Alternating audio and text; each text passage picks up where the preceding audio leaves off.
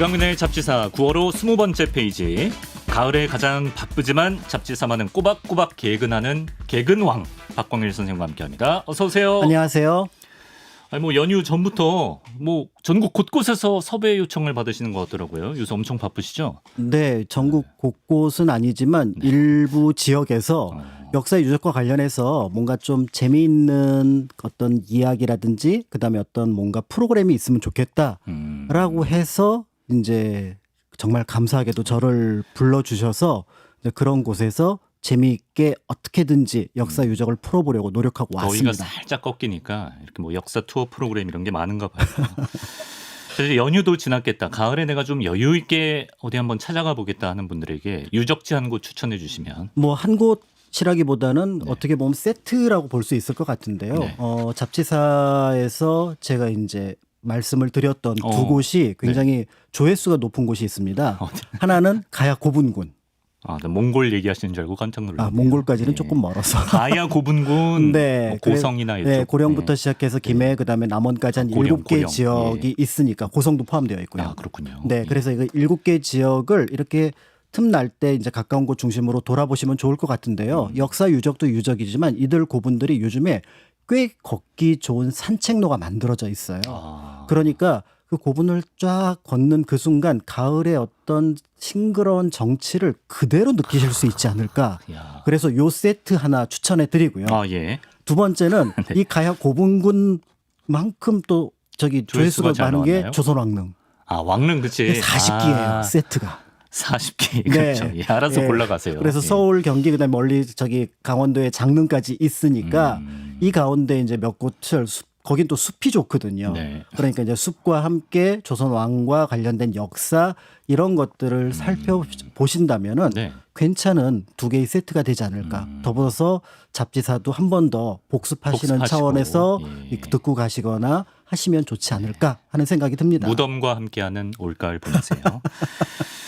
자, 오늘은 지난 시간에 이어서 우리가 잘 몰랐던 하지만 꼭 알아둬야 할 왕들의 이야기를 준비했습니다. 이 시간엔 고구려로 가볼 텐데요. 이제 고구려 하면 광개토대왕이나 장수왕을 아마 많이들 떠올리시겠지만 오늘 만나볼 구대왕, 고국천왕도 정말 중요한 인물이라고 합니다. 9대 정도면 이제 고구려에서도 좀 앞쪽에 있던 왕인데 그렇죠. 그럼 그때 사료 같은 게 좀 남아 있는 게 있습니까? 그러니까 9대 정도기 때문에 사실은 여기가 굉장히 어떻게 보면은 있었던 것 같긴 한데 네. 그 시대 사료를 그대로 믿을 수 있을까?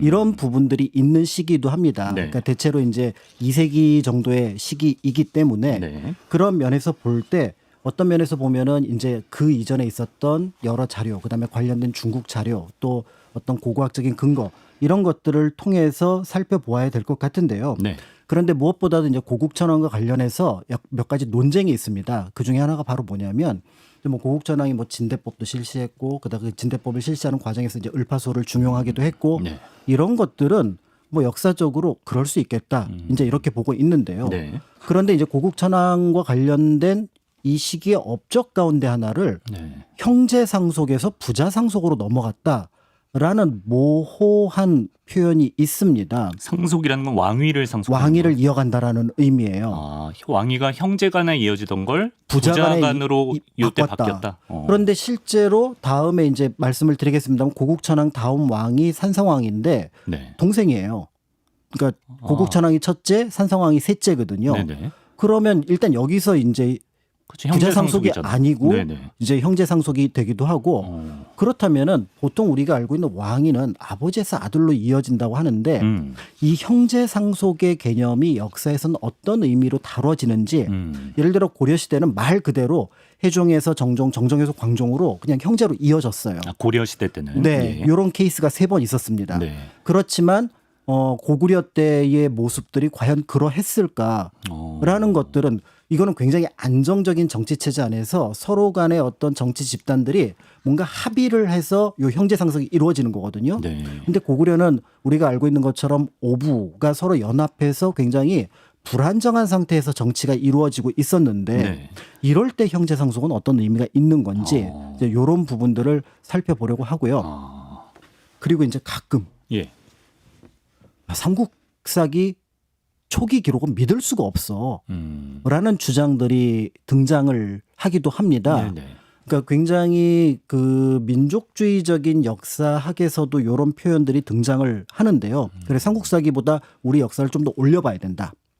아, 더 올려봐야 된다. 네네. 그래서 이제 이렇게 봐야 된다고 주장하는 그 사람- 삼국사기가 더 낮게 보고 있는. 그렇죠. 아. 그런데 일반적으로 이 생각이 나오게 된 배경은 뭐냐면 네. 일제강점기 그리고 얼마 전까지도 일본 역사학자들은 고국천왕 이전의 왕들은 네. 꾸며낸 왕이다. 아, 고구려에서 나중에 고구려에서 네. 그 이제 우리가 알고 있는 그럼 주몽 역사책을 이런 사람들 꾸며낸 역사책을 사람이야? 편찬할 때 예, 예. 뭔가 우리가 역사가 좀 길어야 되고 높아야 되니까 네. 그거를 고국천왕이 실제로 고구려의 거의 파악되는 첫 번째 왕인 거고 그 전 왕들은 마치 전설처럼 있는 거를 그냥 사실처럼 구현해낸 왕이다. 아, 이런 그래요? 표현을 했어요. 음. 그러니까 여기에 대한 반발을 하나하나 조목조목 비판하기보다는 그냥 그럼 우린 더 올려버릴까? 이렇게 함으로써 이 두 세력의 공통점은 뭐냐면 네. 삼국사기 초기 기록은 믿을 수 없다예요. 아, 그렇지만 삼국사기는 당시 김부식이 편찬을 했고 네. 또 이 책을 받쳐주는 책이 삼국유사가 있는데 예. 굉장히 유사합니다. 더불어서 그 시대에 중국에 나온 역사책들도 굉장히 유사한 기록을 가지고 있고 아, 예, 예. 무엇보다도 이 초기 기록을 굉장히 중요하게 받쳐주는 네. 원사료가 있어요. 뭐죠, 그게? 광개토대왕. 아, 광개토 대왕 비. 예, 이게 414년경에 만들었을 걸로 알려져 있는데 네네. 요 광개토대왕 비에 보면은 네. 첫 번째 왕인 주몽, 그다음에 두 번째 왕인 유리, 세 번째 왕인 대무신왕에 대한 물론 이름은 다릅니다만은 그 기록이 나와 있어요. 아, 예. 그러면 이거는 꾸며낸 게 아니라 고구려에서 이 계통을 어떤 방식으로든지 왕으로 인정을 하고 있는데 그렇지. 다만 우리가 알고 있는 것처럼 그냥 간단간단하게 이어진 것 같지는 않으니 아, 그래요? 이제 그 내력을 살펴보자는 아. 게 조금 더 역사적인 관점이다라고 아. 볼 수 있습니다. 예, 고구려 초기의 그 왕위 계승 과정에서 그 간단하진 않은 그 부분을 네. 오늘 이제 박보현 선생님이 짚어주실 것 같은데요. 근데 그에 앞서서 최근에 한 OTT 서비스에서 방영되고 있는 화제의 드라마가 있는데 우시왕후라는 드라마. 저는 우시왕후를 사실 이번에 처음 들어봤는데. 네, 굉장히 유명한 분입니다. 그렇습니다. 이 드라마의 주 내용이 말씀하신 고구려 왕위 상속과 관련이 있는 내용이라고. 그렇죠. 예. 왕위 상속과 관련이 있습니다. 고국천왕이 죽으면서 아들이 없었고 그런데 문제는 이때 고국천왕이 다음 고국천왕의 부인이 우시왕후. 예, 그러니까 고국천왕과 이제 우시 왕후가 네. 이제 그 왕과 왕비로 있었는데 예, 예. 고국천왕이 이제 죽으니까 그때 이제 죽게 되면은 뭐 첫 번째는 고국천왕의 아들이 있으면 태자가 있으면 자연스럽게 왕이 됩니다. 네. 근데 이제 태자가 없어요. 아. 그럼 두 번째는 고국천왕이 선택할 수 있는 방식이 뭐냐면 내 다음 왕을 누가 해라. 지명. 지명하거나 이제 사전에 어느 정도 내정을 하잖아요. 네. 근데 그 내정을 안 하고 죽었다라는 겁니다. 아. 이게 내정을 안 했는지 그 기록이 사라졌는지는 모르겠지만 네. 그러니까 이제 다음 왕위를 놓고 이제 어떻게 보면 정치 세력들이 움직이는데 네. 여기서 정치 세력이 움직이는 게 아니라 왕비가 움직인 거예요. 우시왕후가. 네, 고국천왕의 왕비가 움직인 겁니다. 네. 그래서 이 우시 왕후가 남편이 죽었어. 그러면 나는 이제 어떻게 보면은 권력에서 멀어지고 그러면 뭔가 내가 가지고 있는 내 뒤에 있는 세력들도 힘이 약해질 거야. 네. 이건 용납하기가 어려운 거예요. 권력 욕심이 있었구나. 그렇죠. 그러니까 이 우시 왕후가 자신의 권력을 유지하기 위해서 네. 선택을 합니다. 어떤 다음 왕은 내가 만든다. 나는 킹메이커가 될 거다. 어떻게? 라고 해서 네네. 한밤중에 고국천왕의 죽음을 숨긴 상태로 네. 둘째 동생을 찾아갑니다. 왕의 둘째 동생. 네, 고국천왕의 둘째를 찾아가요. 예, 예. 찾아가서 네. 한밤중에 툭툭 두들깁니다. 그러면서 시동생한테 네. 왕위에 올라가고 네. 내가 당신 왕비가 됩시다. 아, 왕비가 되겠다고? 네. 시동생이랑 다시 결혼을 하겠다고? 결혼을 해야죠. 왜냐하면 시동생이 왕이 되는 건 나한테 아무 의미가 없고 그렇죠. 정치적인 후원자가 된다는 건 약속을 못 믿겠고 네. 제일 좋은 거는 혈연적으로 결혼을 하는 거잖아요. 아. 그랬더니 예. 이게 무슨 말씀이냐고 형수 말도 안 되고 나 그리고 결혼도 했고 네. 물론 이제 고구려 때는 부인을 제1부인, 제부인, 제3부인 둘 수가 있었긴 했지만 예, 예. 아니 내 심지어 결혼도 이게, 했어요. 네, 그러면서 넘사스럽게 하면서 음. 쫓아냅니다. 음. 그러니까 이 내용은 뭐냐면 두 가지 의미로 해석이 가능한데요. 예, 예. 이 둘째 동생은 가만히 있으면 왕위가 나한테 오는데 그렇죠. 예. 굳이 왜 내가 형수 말을 들어서 내 권력을 나눠줘? 아, 왕 그 우시왕후의 도움 없이도 자연스럽게 내 수순인데. 그렇죠. 예를 들어서 그냥 내가 왕이 되면은 네네. 그냥 내 권력을 누리는데 중종반정이나 인조반정처럼 반정 공신이 생기면 네. 권력을 나눠야 되잖아요. 그러네요. 그러니까 우씨 왕후가 반정 공신이 되고자 하니까 나 그거 원하지 않아. 나는 그냥 왕 될 거예요. 예. 이렇게 얘기를 하는 거죠. 네. 우씨 왕후가 열이 나갖고 네. 평소에 거들떠보지도 않던 셋째 시동생한테 갑니다. 또 셋째 네, 동생. 셋째 시동생 이름이 굉장히 예뻐요. 연우. 연우. 예. 연우 씨. 아이돌 이름. 네, 연우 씨. 그랬더니 왜요? 그랬더니 내가 왕 만들어 줄게. 그랬더니 왜요? 어떻게? 그랬더니 여차여차해서 내가 왕을 만들어 주고 그리고 나와 결혼을 합시다. 연우는 봤나요? 연우는 받습니다. 왜냐면 이 카드를. 자기 차례가 아니니까. 자기 차례가 아니기도 했을 것 같고 네. 이거를 받지 않았을 때 죽음에 이를 수도 있다. 왜냐하면 당시에 왕의 후보자들은 예. 죽음에 이르는 경우가 종종 있거든요. 그러니까 여기서 이걸 받습니다. 그래서 네. 이제 둘째 쿠데타 일으키고 아까 첫 번째 만났던 첫 번째 시동생 쿠데타 일으키고 네. 하면서 결국 문제가 커지긴 하지만 네. 이 연우가 고국천왕의 뒤를 위해서 왕에 오르고 이때 연우가 왕비가 있었는지 없었는지는 연구자에 따라 다르지만 네. 어쨌든 기록에 등장하는 왕비로는 우씨 왕후가 왕비가 됩니다. 왕비로서 연임을 했네요. 그렇죠. 왕비로서 연임을 함으로써 네네네. 이제 고국천왕이 셋째 동생에게 연결이 돼서 야. 이제 이 분이 이제 고구려에서는 산상왕으로 알려지는 산상왕. 분인데요. 네. 여기에 이제 우씨 왕후가 큰 영향을 끼쳤고 이게 이제 우리가 국사 시간에 배웠던 것 중에 형이 죽으면 형수를 동생이 취한다라고 하는 형사 취수제의 그치. 가장 기본적인 사례로 등장을 하지만 네네. 사실은 이건 일반적이진 않습니다.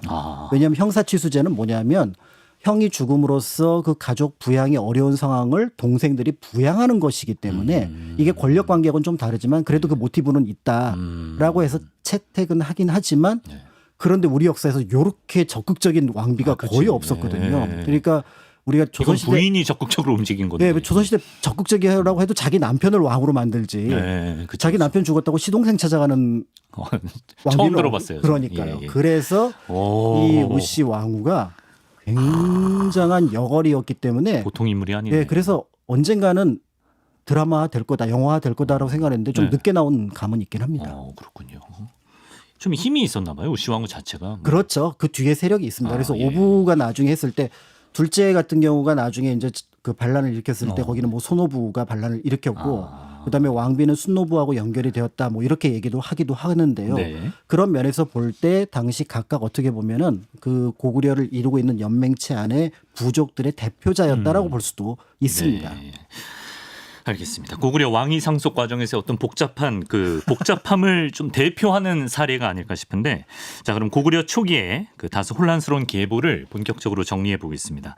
우선 우리가 왕호만 살펴보더라도 좀 아리송한 점이 발견된다고요. 네, 고려 초기 왕호 왕의 이름이 세 가지로 구분이 되는데요. 네. 첫 번째는 이제 그냥 이름을 왕으로 붙인 경우입니다. 그래서 추모니까 주몽이니까 그냥 주몽왕. 물론 이제 동명성왕이라고 나중에 그렇죠. 호칭을 붙이기도 하지만 네. 원래 이름이 유리 또는 유류였으니까 그냥 유리왕. 예. 그다음에 무유리라고도 부르지만 대무신이 이름일 가능성이 많거든요. 네. 그래서 그렇기 때문에 그 이름을 그대로 썼던 첫 번째 1대, 2대, 3대 왕이 있고요. 대무신왕까지 3대 왕은 이름을 갖다 썼다. 그렇습니다. 예. 그다음에 이제 4대, 5대, 그다음에 이제 고국천왕부터는 그 무덤 왕의 이름이 무덤의 장소예요. 무덤의 장소를 왕호로 썼어요. 그렇습니다. 그래서 고국천왕이 죽은 다음에 고국천의 장례를 치르면 그 왕이 고국천왕이 됩니다. 참고로 여기서 고국은 옛 도읍지를 가리키거든요. 국내성을 가리키는데 이거는 그러니까 평양성으로 도읍한 이후에 그 왕호를 지었다라는 걸 알 수가 있는데요. 예. 산 위에다가 장례를 치르면 산상왕. 산상왕. 그러네요. 네. 아까 그 동생. 네, 그다음에 고국원에다가 장사를 지내면 고국원왕. 예. 그다음에 동쪽 개울에다가 장사 지내면 동천왕. 아름다운 개울에 흐르는 데 지내면 미천이잖아요. 그럼 미천왕. 우리 뭐 지명 시간 같다. 네, 그런 식으로 이름을 붙입니다. 그래서 이런 두 번째 케이스가 있고 네네. 근데 세 번째 케이스가 대왕 케이스들이에요. 대왕. 예. 태조왕, 그다음에 차대왕, 신대왕. 대자가 들어가네. 요 왕들이 6, 7, 8대인데 요 양반들이 제일 미스터리합니다. 아, 그러니까 1, 2, 3대는 이름을 그대로 갖다 썼고 그다음에 4, 5대도 4대, 5대와 9대 고국천왕은 9대부터는 9대부터는 무덤 이름을 장소. 가지고 했는데 그 사이에 6, 7, 8이 6, 7, 8이 이분들이 이상해요. 특히 특이한 태조왕은 케이스다. 네. 태조라는 이름은 첫 번째 왕이라는 뜻이잖아요. 그렇죠. 이성계. 네. 태조 이성계, 태조 왕건 그렇죠. 이렇게 얘기를 하고 있는데 여기는 태조왕이 6대에 걸려 있어요. 뜬금없네. 예. 그렇죠. 그러니까 이제 역사학자들이 볼 때 1, 2, 3, 4, 5와 그다음에 6, 7, 8은 계통이 다르다. 왜냐하면 자기가 스스로 태조라고 주장을 했고 그걸 후대에서 인정을 했다는 얘기는 네. 그럼 그들의 후손일 가능성이 많다는 얘기거든요. 아, 그래요? 그렇다면은 이 태조왕 때 뭔가 조선시대로 보면은 반정이든 쿠데타와 같은 그런 어떤 정치적인 변화가 일어나면서 이들이 왕이 됐고 더 흥미로운 건 태조왕은 재위가 94년이고요. 왕 자리를 94년 동안 했다고요? 네, 그리고 또 동생한테 물려주고요. 아, 이게 말이 되나? 그리고 나이가 돌아가실 때가 전 동생이 그럼 죽었어야지 94년이면. 아니 동생은 더 어리니까. 그리고 76세, 77세에 즉위를 하셔요. 아, 동생이? 네, 네. 그래서 한 분은 76세, 한 분은 77세에 즉위를 해서 20년, 15년 동안 통치를 하는 게 우리가 알고 있는 태조왕, 그 다음에 차대왕, 신대왕 이 3대 왕이니 일단 자연 수명으로 보기엔 너무 길기도 해요. 너무 길죠. 네, 그래서 이제 여기에 뭔가 역사적으로 네. 좀 해석해야 될 부분이 있지 않을까 그렇게 보고 있습니다. 아, 뭐 즉위 기간이나 나이 요 숫자는 고지고대로 믿을 게 아니라 뭔가 해석의 여지가 있다. 그렇죠. 그래서 이제 그 대신 태조왕이든 예. 그다음에 차대왕이든 신대왕은 이제 형제 상속을 하게 되거든요. 네. 근데 그 삼형제 나이가 42살 차이가 나요. 그럼 만약에 엄마가 같다면 말이 안 되지. 20살에 예. 첫째를 낳고요. 셋째를 62살에 낳았다는 얘기거든요. 지금 뭐 아브라함 얘기도 아니고. 그러니까 예, 예. 그런 면에서 볼 때 이 네. 내용들에 대해서는 이제 역사적인 해석이 좀 아. 필요하다. 이렇게 보면서 이제 이 시기 초기의 왕들을 살펴볼 필요가 있습니다. 아, 그렇구나. 그러니까 그 6, 7, 8 미스터리한 그 족보에서는 세 명의 왕이 형제로 나오는데 과연 그걸 우리가 어떻게 받아들여야 되는 것이냐. 그렇죠. 그래서 예. 이제 태조왕은 7살에 즉위해 94년간 왕위에 있었고 119살에 돌아가시고요. 차대왕은 76세에 양위를 받아서 20년간 왕위에 계셨고 신대왕은 77세에 왕위에 올라서 15년간 재위를 했습니다. 써 있기는 이렇게 써 있다. 네. 그런데 이걸 연구자들이 볼 때 네. 삼국사기 초기 기록이 한 3, 40년 정도 앞당겨진 것 같아요. 3, 40년 정도 앞당겨진다고 이게 해석이 되나? 그러면은 여기서 요 부분을 3, 40년 정도 뒤로 미루는 거죠. 예. 그러면은 예를 들어서 119세가 아니라 40을 빼면은 80세. 아. 그다음에 빼라고? 신대왕이 77세에 즉위한 것이 아니라 한 30대 중반에 40대 중반에 즉위했다거나 예. 이런 식으로 해석을 하면은 네. 이게 맞는데 여기에는 또 굉장히 복잡한 역사 연구의 논리가 있기 때문에 네. 또 이런 견해가 있다라는 걸 염두에 두고 네. 이 시기를 일단은 읽어주시면 좋을 것 같습니다. 네. 자, 그리고 이제 주몽이죠. 동명성왕의 아들인 2대 유리왕부터 또 수상한 점이 있다던데요. 그렇죠. 예. 그러니까 우리가 보통 이제 너무나 당연하게 그때 초기 역사 전설처럼 되게 기억을 하잖아요. 그래서 이제 동명성왕이 이제 소선호랑 결혼을 해서 그래서 그 온조랑 비류랑 온조를 낳았는데 어느 날 갑자기 저기 예시 부인 원래 있던 부인의 아들이 네 아버지가 고구려의 왕이다. 그 칼 들고 그래서 찾아오는 그래서 그 정자 밑에 가서 칼 맞아. 찾아갖고 증표로 가져가라라고 해갖고 증표를 냈더니 네가 내 아들이다. 딱 맞는구나. 칼이. 그래서 이제 온조하고 비류는 나는 여기 있으면 안 되겠구나 해서 백제를 세웠다. 그쵸. 요 기록이 굉장히 널리 알려져 있는데 네네. 과연 유리가 네. 주몽의 아들이냐? 아들이 아닌가요? 이게 이제 좀 의문스러운 부분이에요. 왜냐하면 예.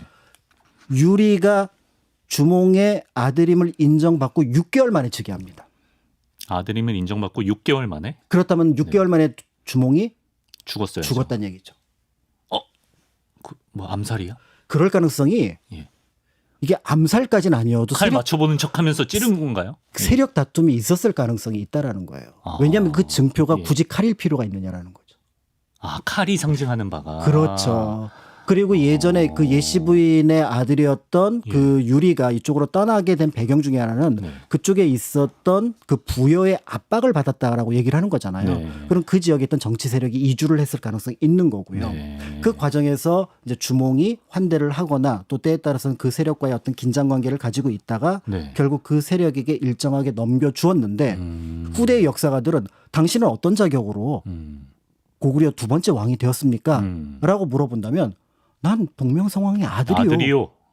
라고 주장을 하는 게 그 당시에는 가장 정통성을 인정받는 방법이 되었을 거고요. 네.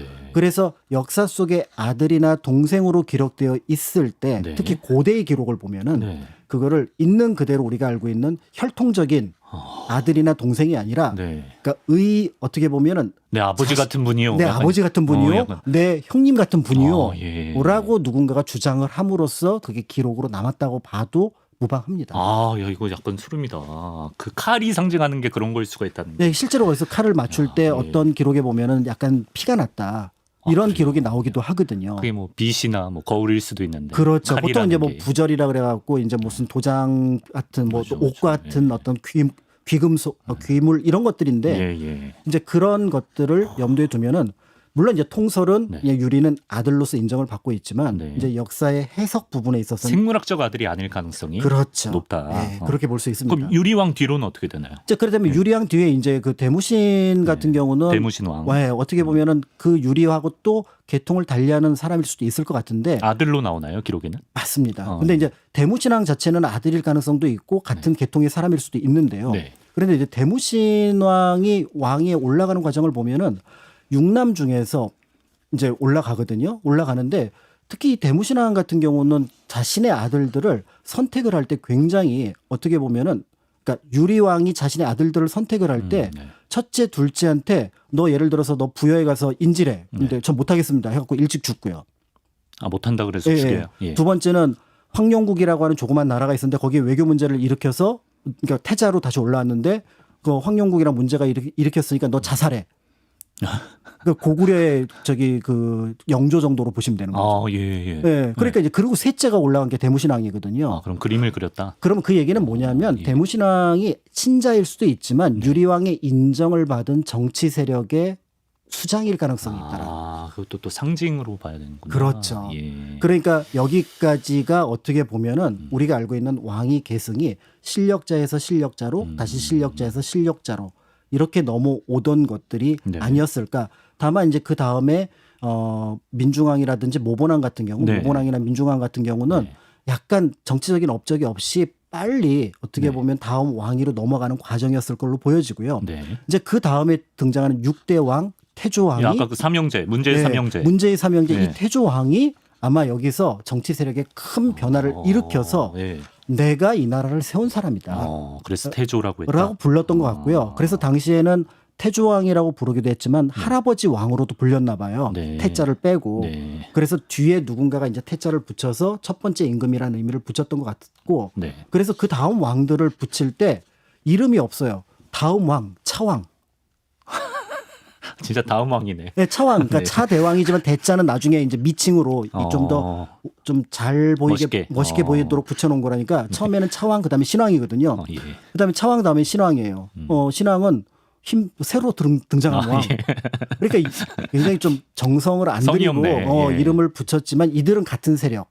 그렇지만 형제로 등장한다는 얘기는 같은 세력 안에서 이제 그 모본왕 민중왕 세력을 무찌른 같은 세력 안에서 다시 소 그룹이 있을 거 아니에요. 예. 거기서 차대왕 그룹, 네. 그러니까 태조왕 그룹, 차대왕 그룹, 그다음에 신대왕 그룹이 있지 않았을까. 이렇게 되다가 네. 이 신대왕 그룹이 마지막에 최종적으로 권력을 모두 장악하면서 이제 그리고 비로소 그 아들에게 넘겨주는 것이 우리가 알고 있는 고국천왕. 고국천왕은 아버지에게서 물려받은 게 그렇죠. 맞고요. 그러니까 이게 우리가 고구려 초기에서 그 기록에 형제, 부자 이렇게 돼 있는 거를 우리가 생물학적으로 받아들일 건 아닌데 다만 이제 부자라고 나올 때랑 형제라고 나올 때랑 약간의 어떤 규칙 같은 건 있나 봐요. 그렇죠. 그러니까 네. 부자라고 나올 때는 네. 그 계통을 그대로 이어가는 거고요. 네네. 그리고 같은 가능하면은 그 정통성을 유지하려는 경향이 있고 네네네. 형제라고 하면은 그 범주 안에서 다시 분열이 일어났다고 다른 세력. 네. 그렇게 보시면 되는 거죠. 그러니까 나는 예를 들어서 태종의 아들이냐 네. 아니면은 그다음에 뭐 태종의 형이었던 누가 될까요? 방과 그러니까 정종의 아들이냐. 여기가 이제 큰 차이가 나지만 태종 아들 안에서도 다시 양령의 그다음에 효령의 충령의 네. 이런 식으로 나눠지면은 요 그룹은 나중에 형제 상속처럼 보여지게 되고요. 여기서 세 세력 같은 고구려 경우는. 초기는 되게 특이하네요. 그러니까 매번 왕이 바뀔 때마다 가족이랑 상관없이 그러면 결국 본질적으로는 세력 다툼을 거쳐서 새 왕이 나왔다는 거죠. 이거는 네. 고구려뿐만 아니라 네. 거의 대부분의 초기 국가에서 나타나는 현상이에요. 뭐 왜냐하면 백제나 이런 데서도 지금 우리가 알고 있는 네. 고구려는 굉장히 큰 거대한 고구려 예를 들어 뭐 장수왕이나 그다음에 그 이전에 광개토대왕 때는 굉장히 넓은 네. 국가를 상징을 하지만 초기에는 여러 세력들이 여러 골짜기에 모여서 네. 이제 우리는 고구려야 그랬더니 아무도 뭐 알아주는 사람이 없는 거예요. 그럼 거기에 또 하나의 세력이 흡수해서 네. 우리는 고구려 2야, 우리는 고구려 3야, 네. 고구려 4야 하면서 점점점 커지다가 그럼 우리 한번 옆 나라도 정복해 볼까? 이렇게 하면서 고구려가 커지는 거니까 나중에 후대의 역사는 그게 하나처럼 보이게 해야 되잖아요. 그래서 우리는 고구려야. 그렇죠. 위화도 고구려. 네. 이 표현을 하기 위해서 역사 기록을 거기에 어울리도록 맞춰 나가는 작업. 예. 그런 작업을 하는데 이게 대체로 다른 나라에서도 비슷하게 나타나서 네. 신라 같은 경우 예를 들어 박석김 음. 있었지만 나중에 내무랑 이후로는 이제 김 씨가 이어가긴 하지만 네. 그럼에도 불구하고 전체적으로 큰 영역에서 우리는 신라야. 그렇죠. 이렇게 이제 보여주고요. 네. 백제 같은 경우도 조금 더 연구가 필요하지만 비류 온조 같은 경우도 원래 완전히 다른 세력이었다가 네. 하나는 미추홀, 하나는 위례성. 예. 그렇지만 나중에 하나로 합쳐져서 우리는 백제야라고 하는 어떤 그런 모습들을 보여주는 것처럼 이런 모습들을 그런데 이제 그거를 어떻게 보면 무난하게 역사 편의상 기록으로 후대에, 어떻게 넣어야 서로 정통성도 유지하면서 네. 더불어 통합도 이어가면서 이런 것도 정체성도 보여주는 이런 어떤 고민 속에서 이런 왕위 계승의 그림이 만들어졌다라고 보시면 될 것 같습니다. 그렇군요.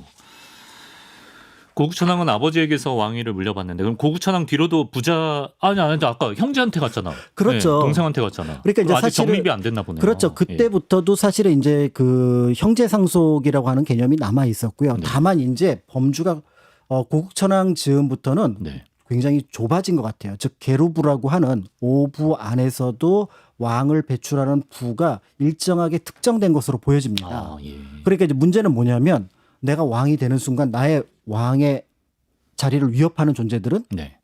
옛 역사를 보니까 형제들인 거예요. 네. 형제들을 탄압하기 시작합니다. 그렇습니다. 그래서 후대 이 고국천왕 이후의 역사를 보게 되면은 네. 형제로 넘어간다는 얘기는 아들이 없었을 경우도 있고요. 네. 그래서 이제 그렇게 넘어가지만 만약에 아들이 있어서 왕위를 넘겨주면은 네. 어떤 일이 벌어지냐면 동생이나 형을 죽입니다. 잠재적으로 나의 왕위 계승에 위협이 되니까. 네. 이제 이런 일들이 계속 일어나는 이유는 뭐냐면 역설적으로 아직도 아버지에서 아들로 이어지는 왕위 계승이 정착되지 않고 탄탄하지는 않다. 또 때에 따라서는 강한 권력을 가진 사람이 왕위를 찬탈할 가능성이 충분히 있다라는 네. 것들을 보여주는 건데요. 예. 그럼에도 이제 고국천왕 시기부터는 조금씩 어떻게 보면은 고구려 왕위가 우리가 알고 있는 상식선에서 움직이기 시작했다. 즉 혈연적인 형제, 혈연적인 아들이 등장하기 시작했다라고 보는 정도가 무난하지 않을까. 네. 다만 이제 한능공 같은 시험 볼 때 고국천왕에서 부자상속 요게 일단은 교과서에 실려 있거든요. 그래요? 지문 나오면 그래도 그래도 우리가 그냥 그거는 그냥 그대로 쓰시는 게 그때 맞고요. 박광일 선생님이 이거 정확한 거 아니라고 했는데 이거 어떡하지? 이럴 필요는 없나요? 그렇습니다. 일단 그래서 정답은 맞춰야죠. 시험은 그렇게 하지만 근데 역사 기록 속에 등장하는 네. 내용들은 이런 부분으로 정리를 하고 향후에 국사 교과서에서도 이런 부분들이 이제 연구 성과들이 좀 쌓이면서 네. 조금은 해석의 융통성이 좀 넓어지고 있거든요. 다듬어야겠네. 네, 그렇다면은 조금은 좀 넓게 이렇게 이제 형제 상속에서 부자 상속이라는 너무 간단한 네. 이게 수천 페이지를 압축한 문장이에요. 그러니까 이게 해석하기도 어렵고 또 상황에도 맞지 않고 그래서 진짜로 엄청난 시간을 한 줄로 딱 써놓잖아요. 네, 그래서 학생이 선생님 고국천왕 산상왕은 형제인데요. 그거는 왜 이게 부자상속이에요? 이러면 그건 말이지 이게 설명하기도 어렵고 네네. 받아들이기도 어려운 부분이 있기 때문에 오히려 이때보다는 좀 이제 고국천왕부터 왕권이 좀 강화되는 쪽으로 갔다라는 약간은 좀 두루뭉술한 표현이 네. 적절하지 않을까 이런 생각이 듭니다. 자, 고구려 초기의 왕위 계승 미스터리를 오늘 이렇게 풀어봤고요. 여러 가지 가능성이 열려 있어서 이 시대가 더 재밌는 것 같기도 합니다. 그렇습니다. 그래서 네. 우리나라 고대 역사를 볼 때 일단은 원칙적으로 삼국사기나 삼국유사가 전하는 말을 먼저 익히시고요. 그러니까 이해를 하시고 네. 그다음에 이제 거기에 얽힌 역사적인 맥락을 다시 한번 살펴본다라고 생각을 하시면은 네. 정말 재미있게 보실 수 있습니다. 근데 고국천왕이 좋은 왕이었나요? 오늘 그 얘기를 안 한 것 같은데 고국천왕은 뭐 업적 어떤 걸 남겼나요? 뭐 고국천왕은 아까 이제 말씀 뭐 처음에 하셨던 것처럼 네. 이제 진대법 실책에서 진대법, 을파소, 예. 안류 같은 인재를 등용을 했다. 네. 언뜻 보면 굉장히 멋있는 표현이거든요. 네. 근데 이제 같은 왕권을 만들어 왔던 사람들을 보면 속 터지는 일이죠. 그렇죠. 왜 갑자기 저기 을파소를 데려다가 국무총리를 시켜? 개국공신 3인방이 있는데 갑자기 연말 대상을 네네네. 예. 그리고 신진 또 세력한테 주고. 그래서 이렇게 해서 시청률을 높인다. 네. 신진 세력을 등용해서 시청률 높인다 그러면 개국공신들이 우리는 못 받습니까? 이렇게 얘기를 하면서 예. 그러니까 그 얘기는 뭐냐면 기존에 있었던 세력을 어느 정도 누르고자 하는 의미도 여기에 이제 포함되어 있었고 네. 그렇기 때문에 또 한편으로 진대법 같은 네. 백성들의 호응을 이끌어낼 수 있는 방법을 어떻게 보면 찾아냈지 않았을까. 그게 이제 풍작 때 그렇죠. 곡식 쟁여뒀다가 빌려주는 거죠. 그러니까 예. 보통 이제 농사를 지을 때 가장 힘든 게 여름에서 가을 넘어갈 때 네네. 곡식이 수확되기 전이거든요. 네. 그러니까 봄에 빌려줘서 수확을 하고 나서 가을에 받는. 갚아라. 그래서 춘대 추납이라는 표현을 쓰기도 하는데요. 네. 여기에는 그러니까 백성들을 일정하게 자신의 세력으로 끌어들이려는 것도 있지만 네. 또 한편으로 이게 가능하려면 네.